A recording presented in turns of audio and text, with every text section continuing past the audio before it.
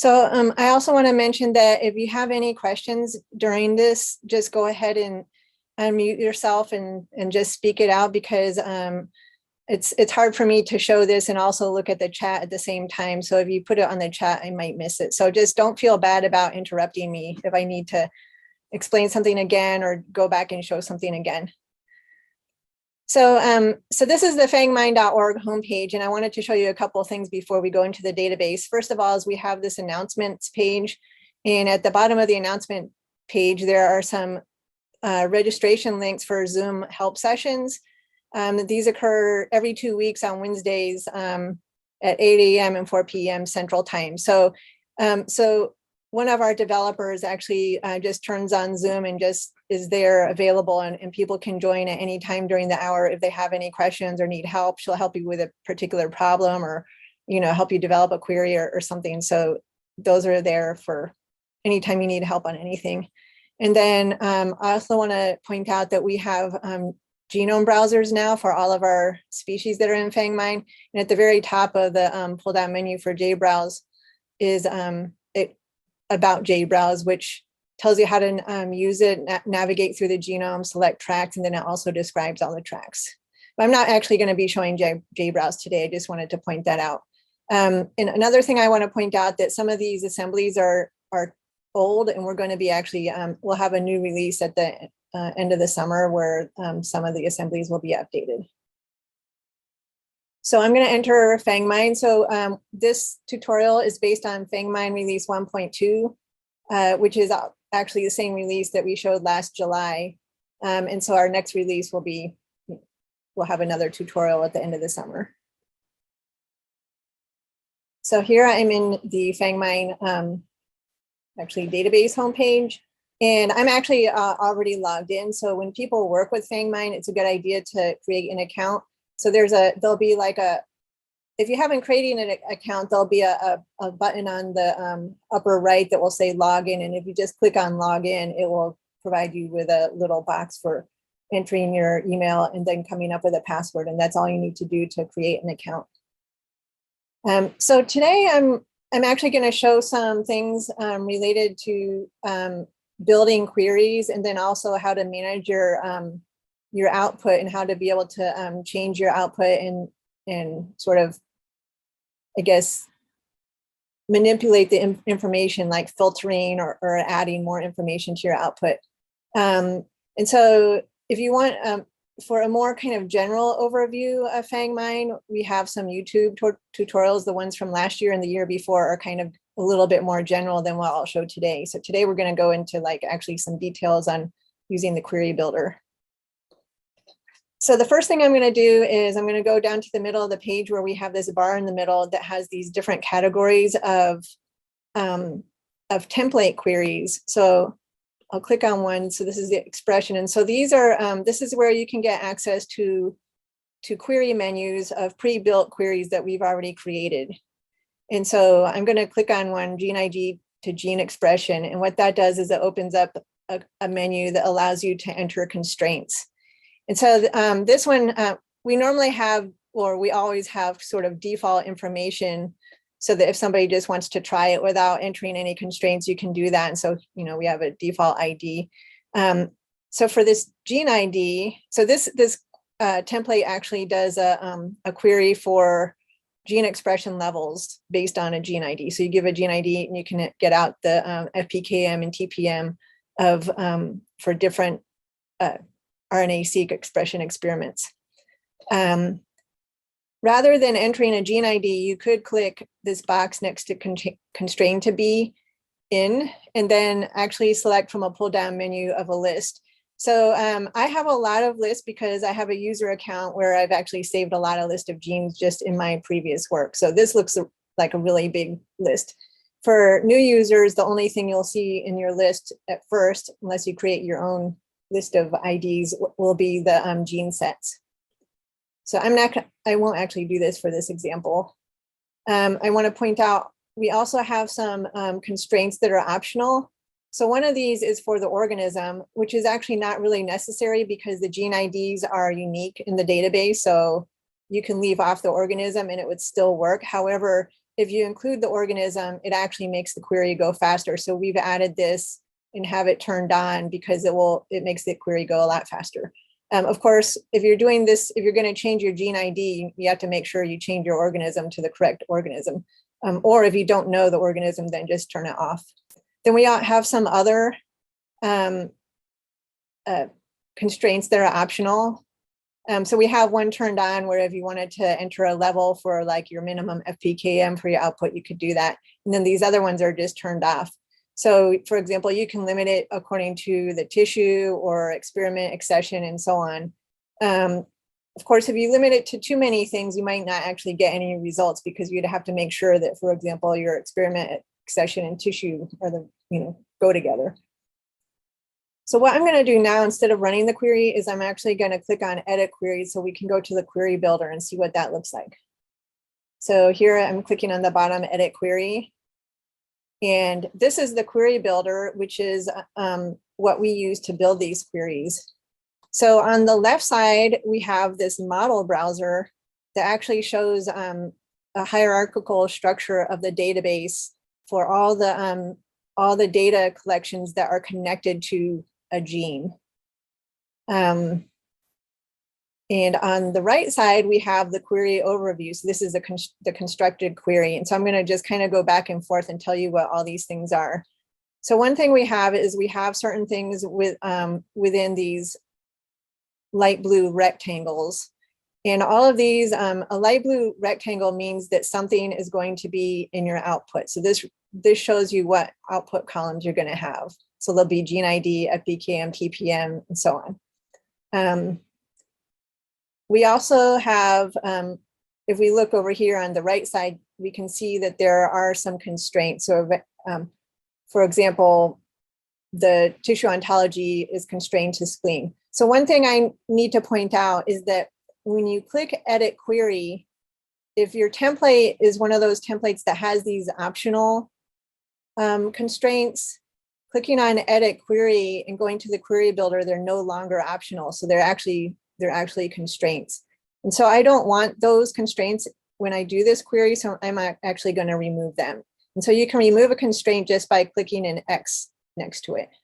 So I'll remove the tissue, experiment accession. I don't want to constrain both FPKM, TPM, so I'll just remove this one. And let's see what else. So I'm actually going to remove a whole bunch of the biosample stuff because I don't want that right now. And let me just tell you why. Let me explain the idea of data collections. So we have collections of data where you have a primary entity and then you have different attributes attached to it. So for a gene, we have attributes like description and symbol and ID. And then we have the gene is connected to other data collections, for example, expression, which is down here, which I could open up and I can see attributes for expression. And so if we look back over on the Query Builder, you'll see how that we have several different collections. So we have the gene collection.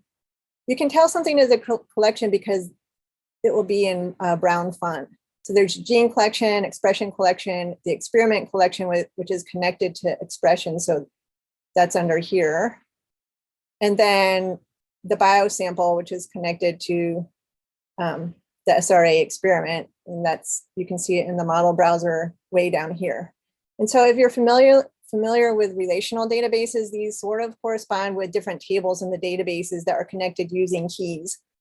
And so the more collections you have in your query, the longer it's going to take to run because the database has to work harder to have to merge all these different data sets.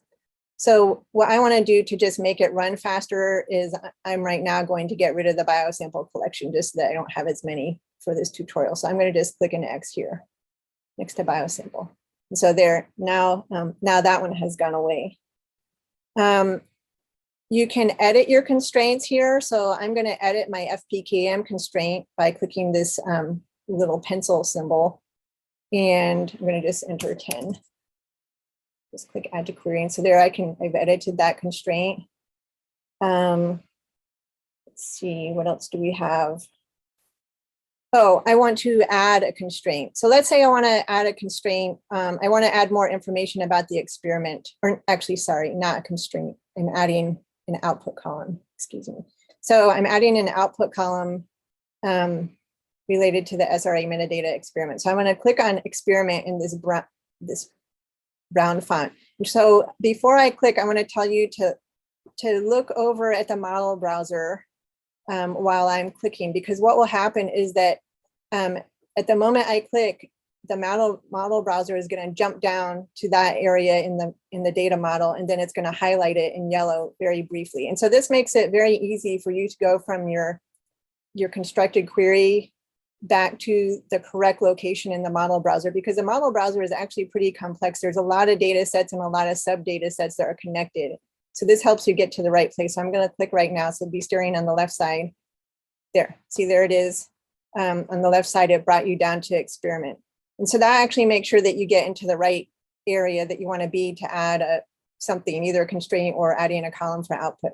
So just to add an output column, all I have to do is click show next to what I want. So I'm going to click show next to library layout. There. So now library layout is now in a rectangle, and then you can see it here on the right side. So everything shown on the right side is in the same order that it is in the model browser, but that's not necessarily going to be the order that you get in your columns. The order that your results will be in will be actually the order that you actually added that as an output. So right now, library layout is going to be the last things shown. Before I scroll down the page, I just want to say a couple of other things about this, is to just kind of show you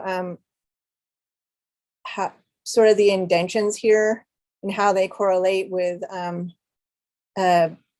connections between data collection. So the expression collection is connected directly to gene.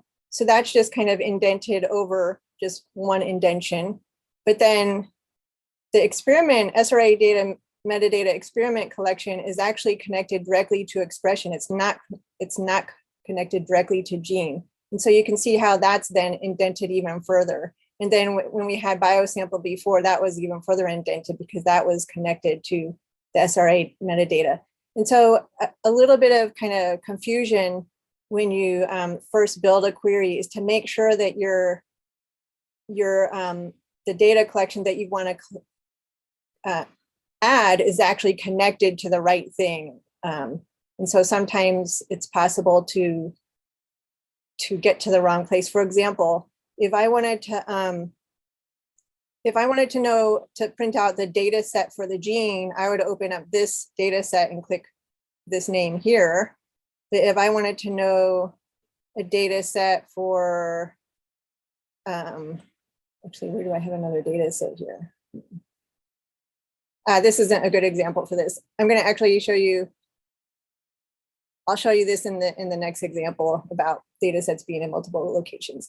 Anyways, okay, let me scroll down and show you the field selected for output. So down here we see all the columns that will be in our output, and we can actually change the order. So here's the library layout that was last, and I want to just move it to be after TP. So I can just move it by dragging the box up. This also allows you to select a column for sorting. So this is selected to be sorting the output by FPKM with the highest values going from in descending order. So that's with this, you can see this arrow pointing up, meaning the highest values will be at the top of the list. And so you can see this little box is a little bit darker than the other ones. And this shows that it's sorted based on this column. You can also get rid of your columns here by just clicking X's, and you can also add extra descriptions if you want those in your column headings. I don't normally do that because the column headings are kind of really busy anyways. Some other things we have is that you can actually get code for the API. So you can write your own scripts that would, if you use with the API libraries, that could interact with the database. So I clicked on Python, and there's the Python code that you would use in your script. And if you wanted to do that, you would have to set up an account And within your account page, you can get an API key. And so you'd be required to have an API key for you to interact programmatically with FAANGMine. And this is actually Python 2.7, so it's the older Python. You can also click on Export XML, and then this actually gives you the query in XML, which is actually you can share it with people. For example, if you wanted somebody else in your lab to be able to look at the output of a query that you did, you could just copy paste this into an email it to the person, and they can actually import it and be able to run the exact query that you did. So I'm going to actually save that and do it later.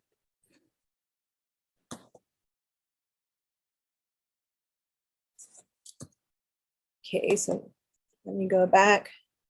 Let me see what else. Oh, one last thing I want to show you here is that these little symbols, these circles with little rectangles in them, these show you, they're kind of you'll see it said inner join briefly. So that's sort of relational database language. But what it means is that it's right now set up to show genes in the output only if they have expression. So if a gene doesn't have an expression value, it will not be in the output.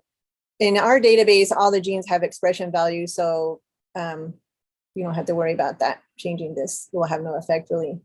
And then same here, the next one, it will say, it will show expressions only they have information about the experiment, and all the expression data has information. So that actually won't have an effect, but I'll show later an example when it does have an effect.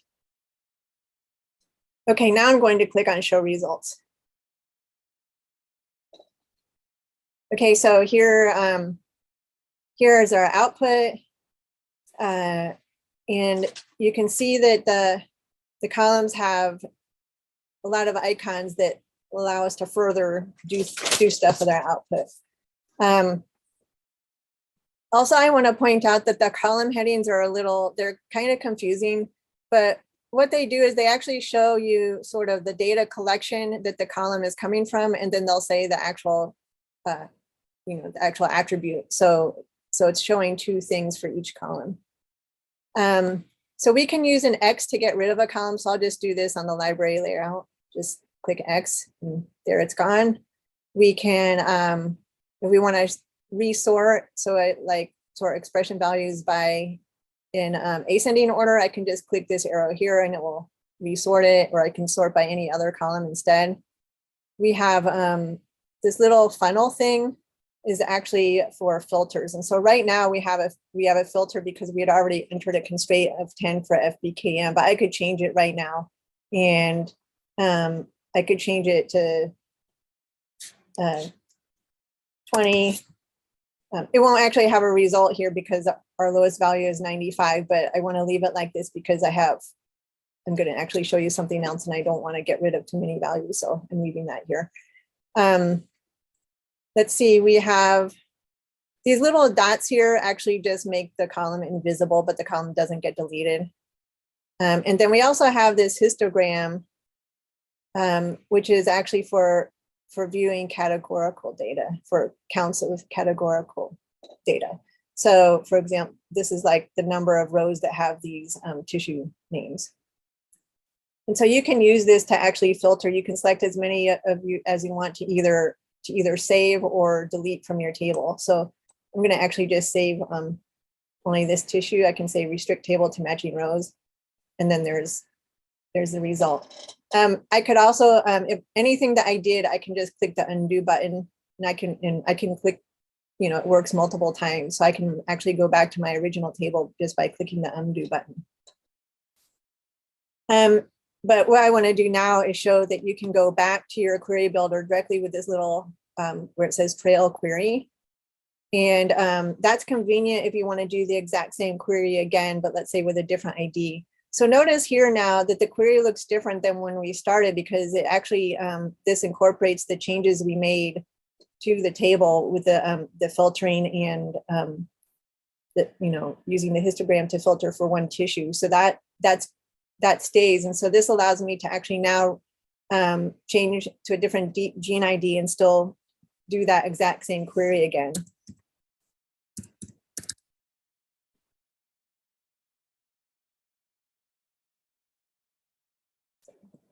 this is why I wanted to keep those low expression values. So here's the gene, here's another gene that I searched for and found it in this tissue.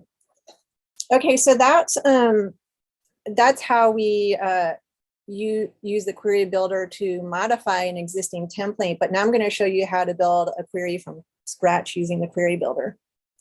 So you would click on the query builder tab at the top when you get to the query builder page. So when you're logged in, well, actually, even when you're not logged in, it will show your query history for that current session. If you're logged in, then it actually shows a longer query history. It shows your history pretty much, I think, all the way back to when the last time the server was rebooted. So you can see I have a lot of queries here. However, we reboot FAANGMine once a week just to kind of keep it running efficiently. So, so that would cause, unless you save something, it would cause these things to get lost. And so what I would recommend that if there's a query that you did that you really like and you know you're going to want to run it again, then you can click save here and it will save permanently in your account. And so then when we reboot, it will still be saved for when you come back, or even when we update to a new release, we always move all of our user data forward to the next release. So it will even be saved in, when there's a new release. So before I start building a new query, I'm going to actually show you how to import the query that I saved before. So if I just click import query from XML, and I'm going to copy paste this, and then just click submit. And so there's the query that I had saved before. And so that shows how easy it is if you want to share queries with people or just save one for later. But that's not actually what we want to do now. We're going to start building a new one from scratch. So to start a query, you'll select a data class that you're interested in. So before, this is actually will be what shows at the very root of the tree when you get to the model browser. And so what we want to do, I want to list genes that are within the insulin resistance pathway. So I'm going to go down to pathway and select that. And so you can see now it's rooted with pathway. And this is there are much fewer data sets attached directly to the pathway data collection. So this looks much simpler than before. I'm going to click some things that I want to show in my output. So I want pathway ID and pathway name. I also want to constrain my name because I want insulin resistance, but let's just say that I don't know exactly the pathway name. So I'm going to just choose contains and then just say insulin. So this is good if you don't have the names of pathways memorized and you're not sure the difference, what does KEGG call the pathway or what does Reactome call it? So you can use contains and then give a term that's what you think would be in the name of the pathway. I want to limit this to pig. So I'm going to click open up organism. The name is the full genus species, and then the short name is just like an abbreviation for the genus, and then species, and the species is actually only the species. So I tend to use their short name like this. So I'll just this one. Let's see what else. So I want to actually show the data set name for pathway because we have both Reactome and KEGG pathways. And so this allows me, if when I see my results, if I wanted to filter to look at only KEGG and then maybe filter to look at only Reactome, I could do that. So sometimes it's good to add a data set name. So this is where this is where I can show you kind of the idea of different, maybe like the similar looking collections being attached to different things. So here we have a data set collection, which has a name in it, connected directly to pathway. But then if we look in, actually we need to have genes. We forgot to add genes. Let's open genes. So we're going to want to add genes to our output because we wanted to see what gene IDs we have in the pathway. So I'm going to just click show here. There. So now there's a data sets also here. And so you have to be careful. So if you actually wanted to know your pathway data set, you'd have to make sure you're showing the right one. You have to show the one that's connected directly to pathway. if you showed the one that's connected directly to gene, you're going to be showing the gene data set, not the pathway data set. So see how it's kind of indented, and then if you follow the line up, it's connected directly to gene. And so that's why I mean that it can get confusing, because a lot of these different collections have similar, you know, most of them have data set attached to them or other things that are in common. So you always have to remember to look to see which, you know, where is it attached and is it the right one? Let's see, what else do I want to show here? I think this is all I want to show, so we can see what's going to be output. Click show results. So we have our data set name, so we could see that we have reactome and KEGG pathways. There's our gene IDs. And over here, remember, I only wanted insulin resistance, so I'm going to just use this to now filter. So here it is, insulin resistance. So I'm going to just click that one, and I'm going to save, restrict the table to the matching rows there. So now I have the pathway that I want and all the genes. So I don't really have that much information about these genes except they're in this pathway, but I want to know more. So I can, instead of going to the query builder, I can actually go to manage columns to add more information to this table. So I'm going to click on manage columns, and it shows the columns that are currently selected. I want to add some more, so I'm going to click add column. So that it shows another kind of tree-like thing again, but it seems a little bit less complicated looking than the query builder. And so the things that are sort of in gray are the columns that are already selected. So I'm going to select symbol, and then I'm going to scroll down. I don't want to add gene ontology. So we have this thing called ontology annotations and another one called Go annotation. So for gene ontology, you should select Go annotation. So I'm going to open that up. And then to actually get the Go term, you have to open up ontology term. And then here we have the ID, the name, and then the namespace that indicates whether like it's biological process or molecular function, whatever. So I'll select those. So now we can see that I've selected 4 columns to add to the output. So I click add 4 new columns.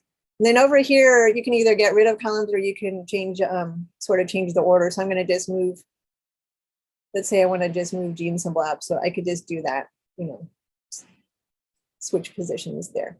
Then I say apply changes. And now we have all this other information in our table. So we had 109 rows before, but if we go to the gene ID histogram and you look at the column summary, we can see that now there's only 75 gene IDs. So we lost some genes from this table.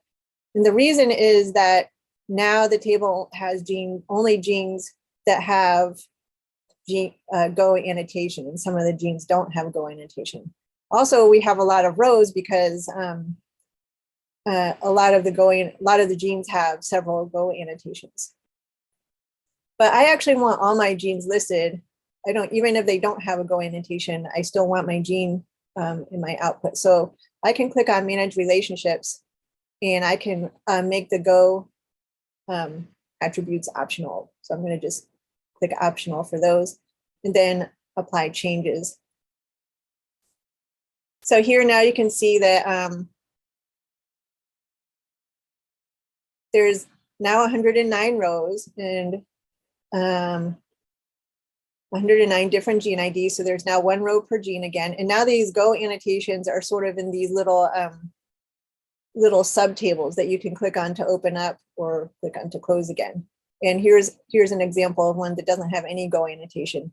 So this is just for viewing online, but if you wanted to export this as a tab delimited file or a comma separated file, all these rows will show up again, and then these will actually become your table will be expanded to like over 1,000 rows like we had before, and there'll be some genes will be in multiple rows with multiple Go annotations, and the genes that have no Go annotation will still be there, but they'll just be empty cells for the ones that don't have Go annotation. So you won't lose any information. Okay, I actually want to save a list. of genes because I want to compare it to another list. So I'm going to save, I'm going to click save as list, and then I'm go to genes where it says 109 genes, and I click on that, and then I'll give it a name.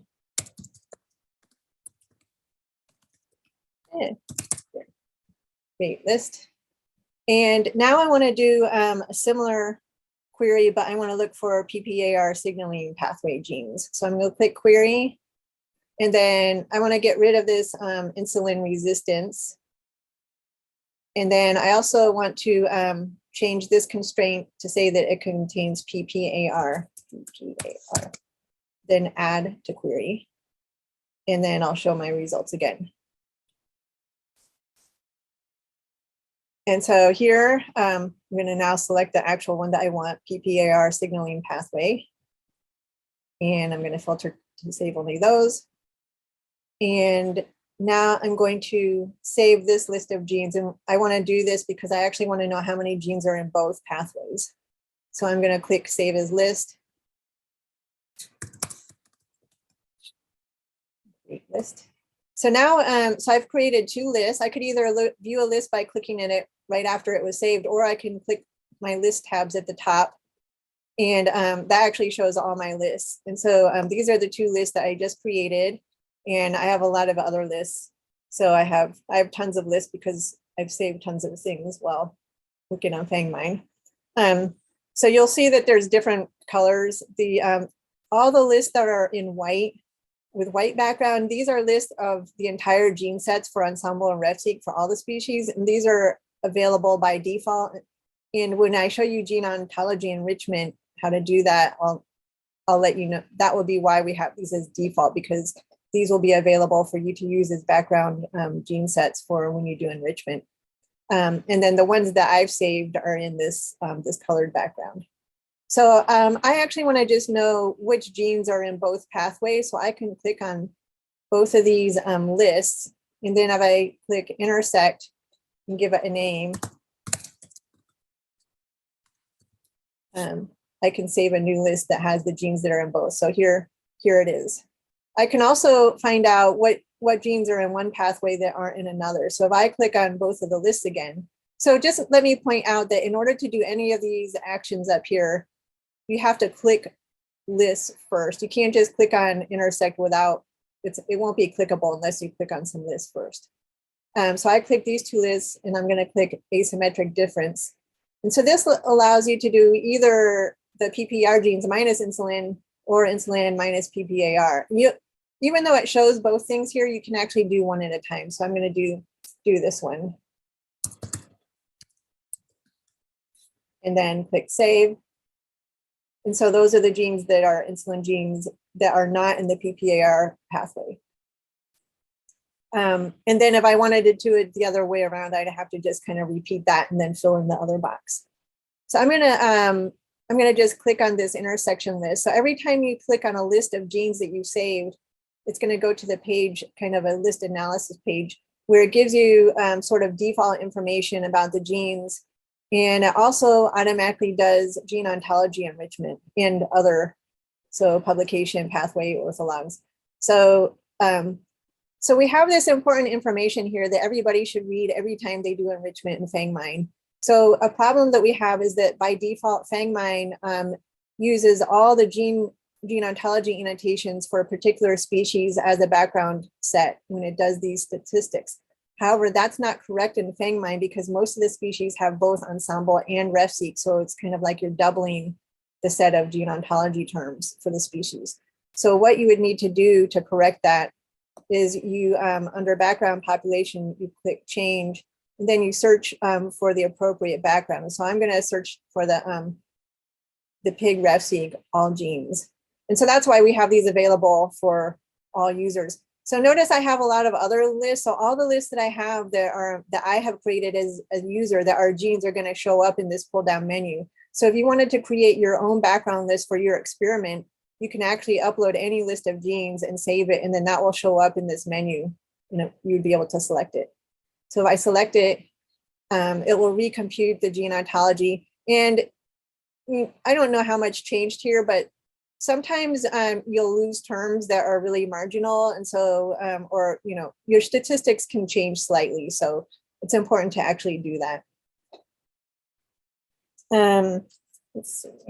So I'm actually, now that I'm talking about lists, I'm going to actually do another list example, except for this one won't be related to genes. So this is going to be where we upload a list of IDs. Before I go to that, I'm going to go to the data source page and show you the kinds of IDs I'll be uploading.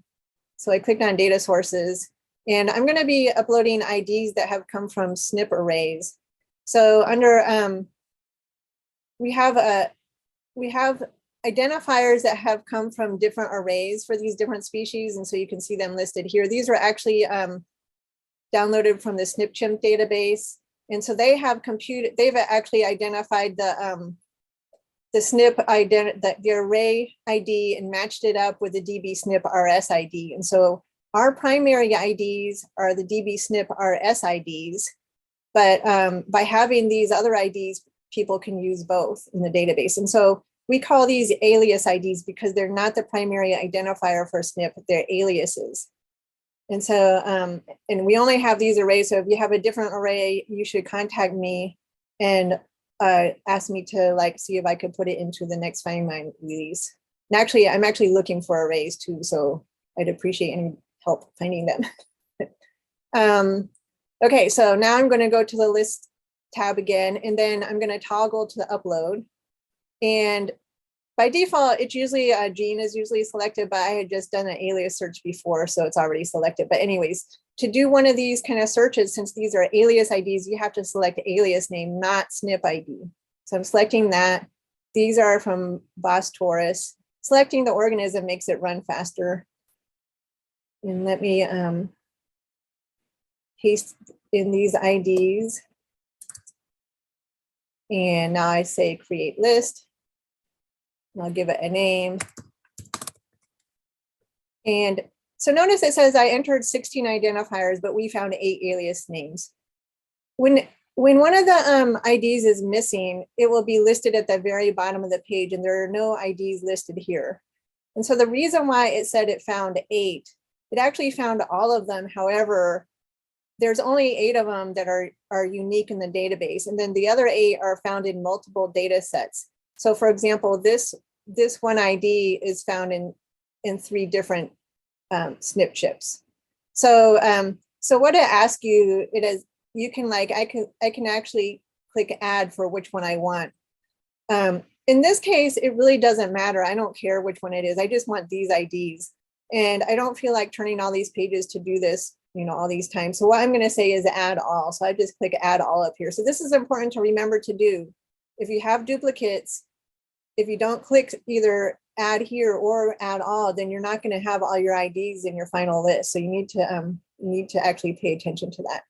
So I'm going to click add all. So now it says 39. So even though I only entered 16, it says 39, but that's because there's duplicates. But I don't mind. It's not going to hurt my analysis to have duplicates. So I'm going to just save that. So here they are. And so here you can see how they're duplicated in different chips. But what I want to do is actually convert these to DB SNP IDs. So I'm going to go down to the template area and then click on alias and DB XREF. And if I choose SNP alias ID to DB SNP RS ID, that opens up a really simple menu. And I'm going to constrain this to be in my list. So I click there. I actually only have one list that has SNP aliases in it. So there's only one list showing up in the menu. And I click show results. And then here it is. So I still have 39 rows, but if I click on the column summary, there's only 16. So those are the 16 DB SNP IDs that correspond with these 16 IDs that I uploaded. So I actually want to save this list because I want to get coordinates for these that I can use in the region search. So I can click save as list. And so whenever you do one of these alias kind of queries, the outcome is going to be called features. So it's not called SNP ID, it's just going to be called features. And so we have different kinds of aliases and it'll always be called features, but just know that, when it says features, it's actually talking about the primary ID of the thing that you want. So I'm going to click this to save these. And I'll just call these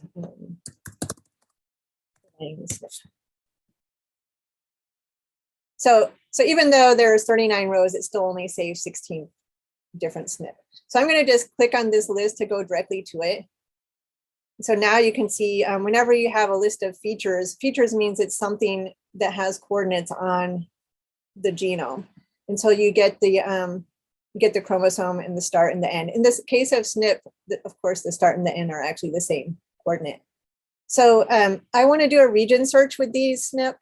And unfortunately, the region search tool does not take in a list. Instead, it only takes in coordinates. And so what you can do is you can actually export the coordinates from this table and then upload those into the region search. So if I click export, and for the region search, it only takes a chromosome ID and start and end. So I want to get rid of the database identifier, the length, and then the name of the organism. So this is the exact, it's going to give me the exact format that I need for the region search. And then even though it's SNP, the region search requires both a start and the end. So I'm going to leave those. And so downloading these as a tab delimited file is going to be the correct format for uploading to region search. So I'll just say download file and save that. So now I'm going to go to the region search and I'll click select Bos Taurus. The assembly is automatically selected. I want to know genes nearby these SNP. Instead of pasting in the coordinates, I'm going to just select my file. And I want to extend my regions by 50 KB on both sides of the SNP. So I'm getting genes kind of near the SNPs. And you could either enter something here or use the slider bar. And now I'll click search. And then there's the results. So this search actually ran really fast because it was run recently and it was cached on the server. If you're actually running a new region search, it could take up to a few minutes depending on how many regions you enter. You can, in this output, it shows results according to each region, which you can download tab delimited files or different files separately per region, or you could save a list for each region separately. However, if you do save a list for one region, it's actually going to take you to the list page, and then you'll actually lose this page. So I think we're going to try to change this in the next release where it would open up a new window. But for now, what I want to do is I want to actually just save all the genes as a list. So I'm going to click go here. And so here we're back at the gene list page that looks similar to when we saw it before, but something different. So you'll notice that of course, it automatically does the gene ontology, but this is another time you want to just don't even look at those results because they're not correct. And the reason is not only are we using the wrong background gene sets, but we have two different gene sets together here. So whenever you do a region search, you're going to pick up both gene sets. And you shouldn't be doing a gene ontology for combined gene sets because that's not really representative of your genome. It sort of doubles the genes in your genome. So, so filter for one of them and save it. So I filtered for RefSeq, saving, I'll call it RefSeq. And then I can undo it and filter it again, ensemble. And I'll save that list. So notice, you might have noticed that those, there's not the same number of genes in RefSeq on Ensemble, and that's because the two different gene sets don't perfectly agree with each other. So even though I filtered for these different genes here, just the process of filtering does not change their gene ontology results below. They're still incorrect. So in order for them to be correct, you have to actually click on the list name, and then that causes it to rerun the ontology enrichment. So if I click on it here, now it's going to be recomputed, and this time based on only the RefSeq genes. Oops, sorry. Here we go.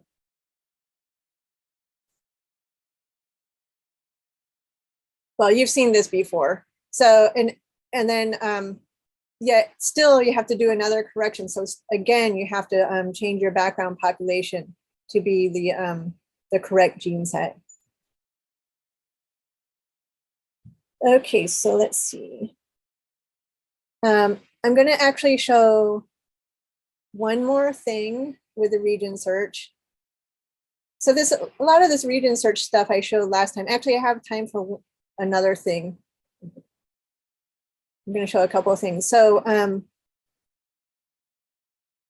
so one thing is that the region search has particular needs for how you give the chromosome IDs. And as you know, that there's different chromosome possibilities of chromosome IDs. You have NCBI RefSeq, you have GenBank, you have the kinase ensemble, you have it like saying CHR1 or just number 1. And so this template for genome assembly to chromosome IDs and lengths, this one is for, we'll do this one for the GOAT assembly. So this is going to actually give you all the different alternatives. So where it says chromosome ID here, this is the actual kind of ID that's needed in the region search. So if your data set has CHR1, you would need to change it. So, you know, if you have an Excel spreadsheet that has your coordinates, you could use that to easily change it. And so this will allow you to have, this actually gives you kind of all the things that match, or if you have the different kind of IDs from NCBI. So this will allow you to map those IDs. So let me go back to the region search. And so up here, the very top of it kind of talks about that and reminds you about that template query. And then, you know, there's some species that actually use some different kinds of IDs, like cat uses A1 to A3 and B and so on. Most of the species just use numbers and then XY. So I want to show the region search for the horse. This is a little bit different. So this, I showed this in the July tutorial last summer, where horse right now is the only species that we have ChIP-seq data, but we'll actually have that kind of data, or ChIP-seq or ATAC-seq or different kinds of FAANG data for about five of the species, 4 or 5 at the end of the summer. And so their region search will look like this, where in order to provide all the different experiments individually, we had to kind of redo the look of the region search page. And so to just get back to the regular genome features, you would actually have to select the genome assembly. There's always only going to be one to select, but you just have to do that. And then there we have kind of our normal things again. So you could select gene from there. Or if you wanted to use one of the FAANG kind of data sets, you would have to open this up. And then this allows you to select individual experiments, or you could just select all of them. And so here we're going to actually just do search for a histone modification. So we have a list of SNPs that we're going to see if they overlap histone modifications. The ontology term we had to use for histone modification is actually histone binding site, even though it's kind of a slightly incorrect biologically. But that's what we had to use because there wasn't a different term available for us to use. So right now, a histone modification is called histone binding site in FAANGMine. So we're going to click that, and I'm going to just enter in some horse SNP. And this time I don't want to extend. I just want to know if the SNPs are directly within any of these regions, and then click search. This one actually takes a while to run. So it might be a little bit faster this morning since I ran it recently. Oh, there. Yeah, it's pretty fast this morning. So this one actually, the first time I ran it, I would say it probably took at least 5 minutes or even maybe more, depending on what else was going on. So sometimes you just have to be patient if you have a big region search. So this, this again shows all the different features that came up in different regions. And you can see that some of these regions, didn't have anything overlapping. And this allows me to kind of point out that how we've actually assigned identifiers to every single element that was identified in these experiments. So each individual element in the genome has a different ID that allows you to investigate it. And you can actually save these as a list and then actually do further template queries with those, for example.